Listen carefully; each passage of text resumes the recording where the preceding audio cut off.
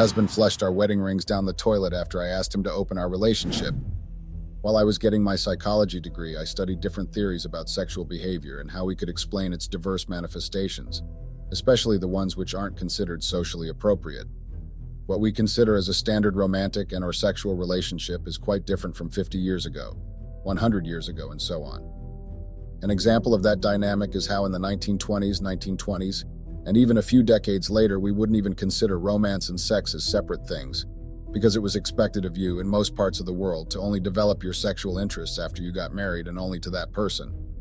The only type of sexual encounters outside of the marriage sphere was with sex workers, affairs, illegitimate relationships, and sometimes all of them at the same time. Today, you can easily have only a sexual relationship with a person without being marginalized by society or considered a degenerate. Some would say that is now the pattern of dating, also known as the hookup culture, motivated by dating apps where you can easily find a sexual partner, but can also be, ironically, a little difficult to find a romantic one there. All of this information dumping seems random on a Reddit post, but you'll soon understand why this topic has returned to my attention and thoughts. Either way, my point is how much romantic and sexual dynamics change over the decades. Things which were once considered transgressive are now even normal to talk about in a work environment. For example, would you stop interacting with a coworker who mentioned being on Tinder during a regular Monday conversation? I'd say you probably wouldn't, because in our time, looking for casual partners isn't a different or rare behavior. 20 years from now, what kind of sexual or romantic behavior will be normalized into our society? Could it be something considered absurd in our present? I recently went through a rough discussion about these topics with my husband. I suggested something he didn't react well to, and it created a weird atmosphere in our relationship. I decided to bring my situation to Reddit as a kind of survey. Generally, people have extremely diverging opinions about subjects such as this, and I wanted to get different perspectives of my situation. My name is Amber. I'm a 27-year-old psychologist, and I'm married to Mark. He's 29 and works with statistics. He's actually very in love with them for some reason. He has a very methodic and cautious personality. We've been together for 4 happy years and married for 2 of those. We have very different yet complementing personalities. I love that about us. Before we met, Mark was in an 8-year-long relationship with his high school sweetheart. This one takes the award for most traumatizing event of his life. On the proposal day, he went to their house during his working hours to organize their date. His plan was to recreate the night they first met, which was at a school camp, so he'd decorate their backyard and pop the question. When Mark got home, he found his girlfriend in bed with one of his best friends. That day, he found out that very often, a certain guest came to their house during his working hours. Mark was completely oblivious about it, only took one romantic plan to get him out of his routine and find out about the affair. He was single for 2 years, having his hope in love completely lost until he met me. At the time, he started working with a close friend of mine, so we ran into each other frequently in bars, birthdays, and other parties. I was the one who asked him out. I fell for Mark because he has a nerdy personality that makes it clear that he's smart, but he was always shy about showing people how smart he actually is, which makes him even hotter. The outdoor activities we all knew he was into made me fall even harder. He wasn't just a statistics expert who doesn't see the daylight, he had hobbies and a social life. How perfect could he be?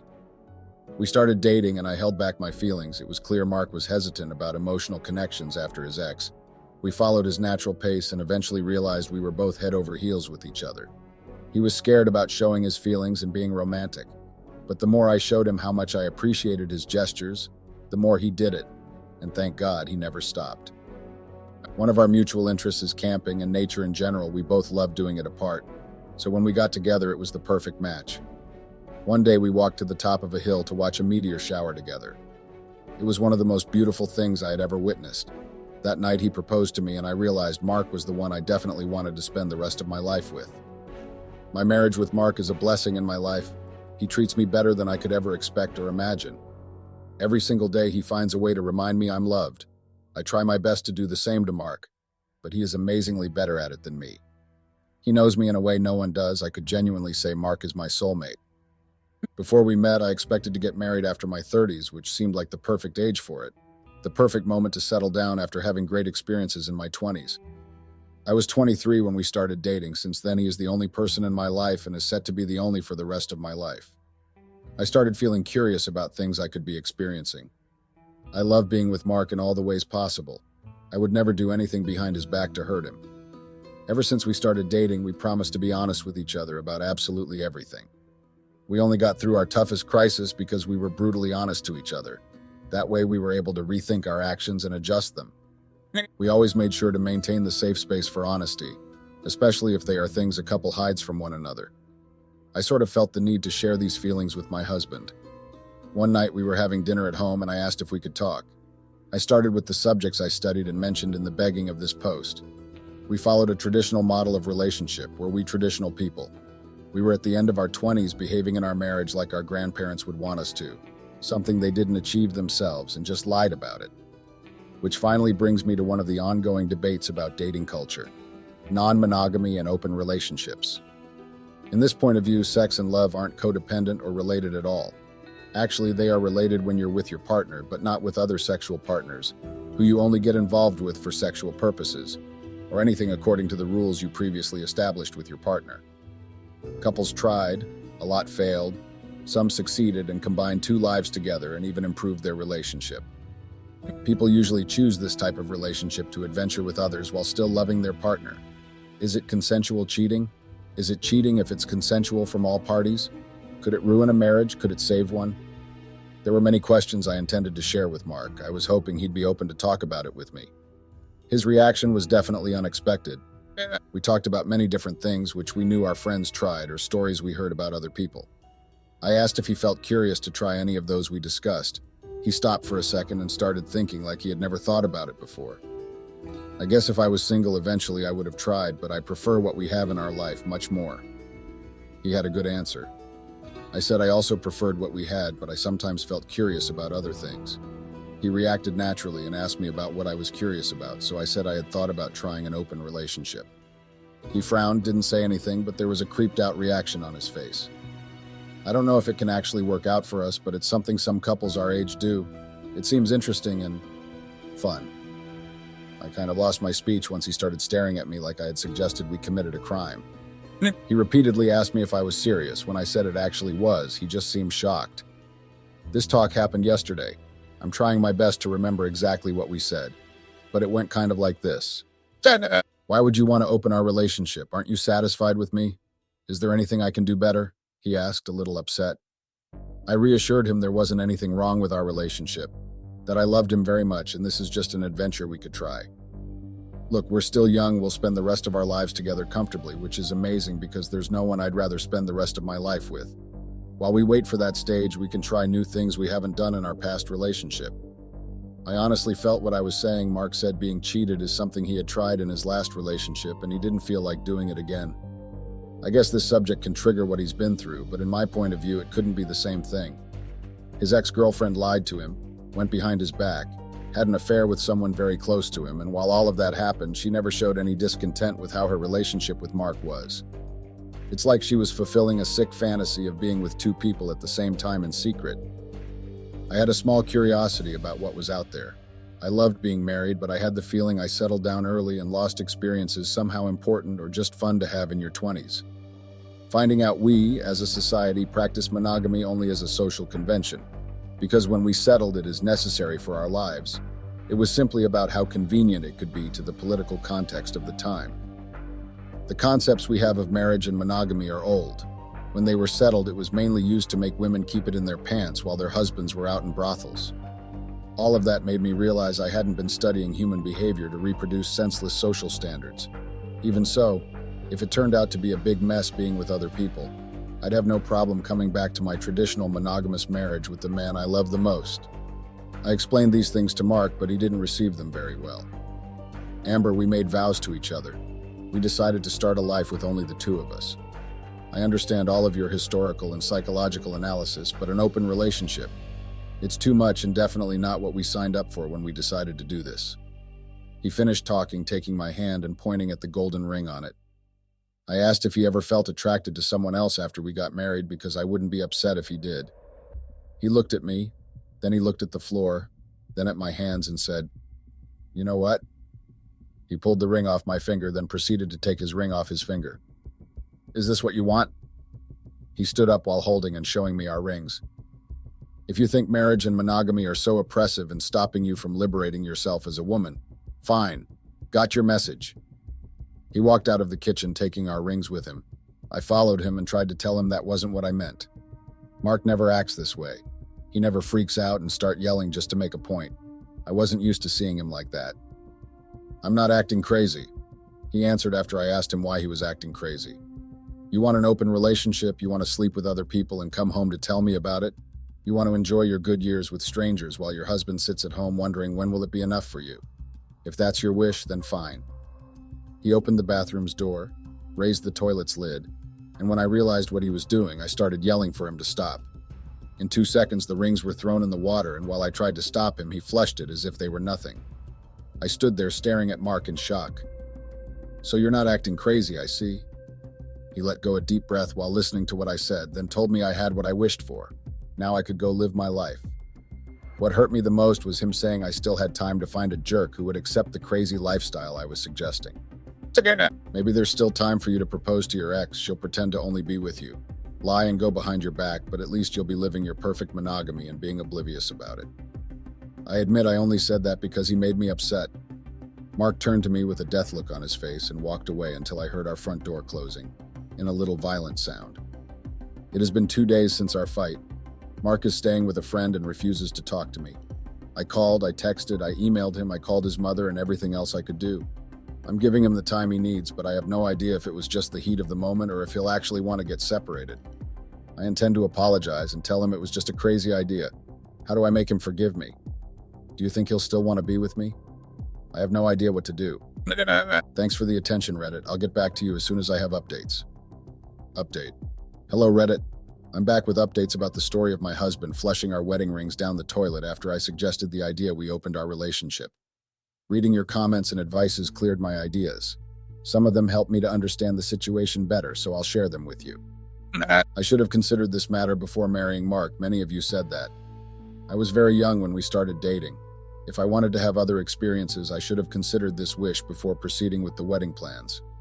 I admit it seems hurtful suggesting the idea of an open relationship when I agreed to marry him not long ago. I guess I was so silly with love at the time I couldn't actually think about other people.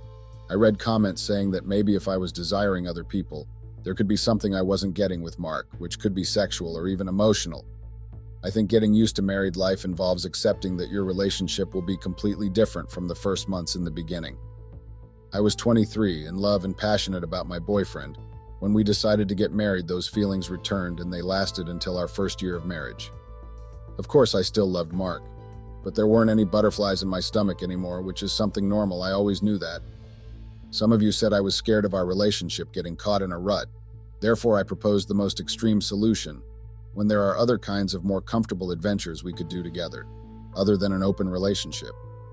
I guess I got involved in the idea. You are probably right when saying the idea of an open relationship is better than reality.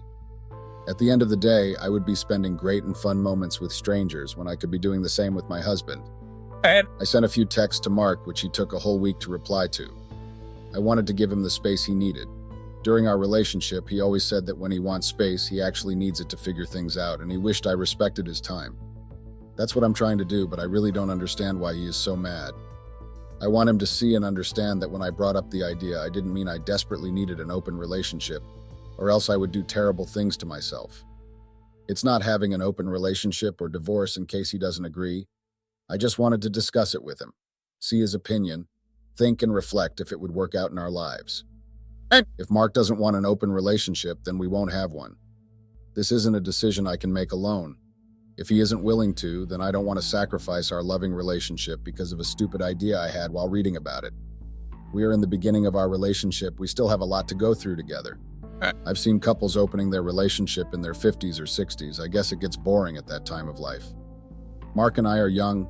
We don't even have kids, and we have a great future ahead of us. I guess the idea of a traditional marriage freaked me out, but now that I don't have my husband around, I realize how much I miss it. A week and a few days after our fight, he finally replied to my texts. He didn't give me much on how things were and what he was feeling, but at least there was a sign of contact showing he was alive. Here's what he said. Hey Amber, you probably know I've been staying with Matt. I still need time to think before we talk. I'm still upset about our fight and don't know exactly how to feel about it. I still need some time. Please understand. Thank you for your patience. Bye, Amber.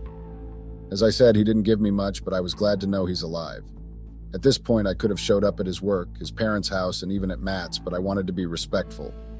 I don't think I should be desperate about it because it's probably just a silly fight we're having and forgetting about it in 6 months, so I hope. Last Friday night, I heard our front door getting unlocked. Mark was home. I was in the living room standing in shock. He seemed surprised when he noticed me there, even though we lived there together. He took a deep breath seeing me and said he needed to get some clothes, but he'd be out soon. I tried talking to him while he took his clothes out of the closet and put them, very well folded and organized, in his bag. He was clearly trying to get it over with so that he could leave as soon as possible. Mark answered all my questions vaguely every time he looked at me. He turned his face around as if it was something he shouldn't be watching. That felt horrible. My own husband didn't want to look at me. I wanted to break down in tears in front of him, but I needed to be strong. He got everything he needed and almost left running to his car. When he crossed the living room, I asked if he was ever coming back. He just answered, "I'll try." Update. Hello again. It's been 2 weeks since my last update, and a lot of things have happened. I'll break it down to you, and remember, opinions are appreciated. Maybe one thing that can come out off this mess is a research theme about romantic and sexual behavior, but Mark definitely wouldn't agree on being the subject of study. A few days after Mark showed up at home, I got a call from Matt's girlfriend, the friend Mark has been staying with. She mentioned they went out together with some other friends. When they asked him where I was, he simply explained out fight to them word by word. The subjects I mentioned, the infamous open relationship, the questions I made him, the moment he flushed our wedding rings, and even what I said to him about his ex. He talked about absolutely everything. He outed us to all of his friends. She even said it didn't sound like Mark at all, which I agreed with because he was always discreet about our business. I guess for some reason he didn't have anything to hide anymore. I felt betrayed, and he was out there talking about me as if I had betrayed him, when I simply suggested something that didn't even happen. I swear to God, hearing open relationship being said gives me a headache. If I knew it would be this psychological hell, I would have never even mentioned it. She also said he doesn't know if he wants to get divorced, but according to his words, he can't stand to look at me anymore. You can't even imagine how delightful it was to hear that. After she hung up, I immediately picked up my phone and texted him. I don't understand what is happening to you. You never acted like this. Why can't you just talk to me about what you're feeling instead of spreading our business to all of your friends? I don't care about your space anymore if you don't come home today and talk about it with me. I'll call my lawyer tomorrow so we can start our divorce. You're my husband. You have to talk to me and can't just walk away when I don't act the way you expect me to. I sent it. He saw it immediately, but he never showed up. I waited up all night crying. I even expected him the next day. Mark didn't show up then and also the rest of the week. He didn't even reply to my text. I waited days for him, but he never showed up. So I had to do what I threatened to, but didn't actually think I'd have to use it. The divorce papers are getting here any day now, and guess what? No news from Mark. I don't think I had ever felt a greater pain, especially knowing he's doing it on purpose. He could come here, call me a bitch, and say he'd rather die than still be married to me. Instead, he decided to say nothing and abandon me. He broke my heart, but only because I broke his, so I don't know exactly what to feel. Be careful with what you talk about with your significant other. I guess you should learn from my mistake and not suggest things they might be extremely triggered by. I didn't know he was going to react this way. Learned something new about him, and we're just about to get a divorce. How ironic. Thanks for following my story, Reddit. Things didn't turn out well, but I guess you are used to that.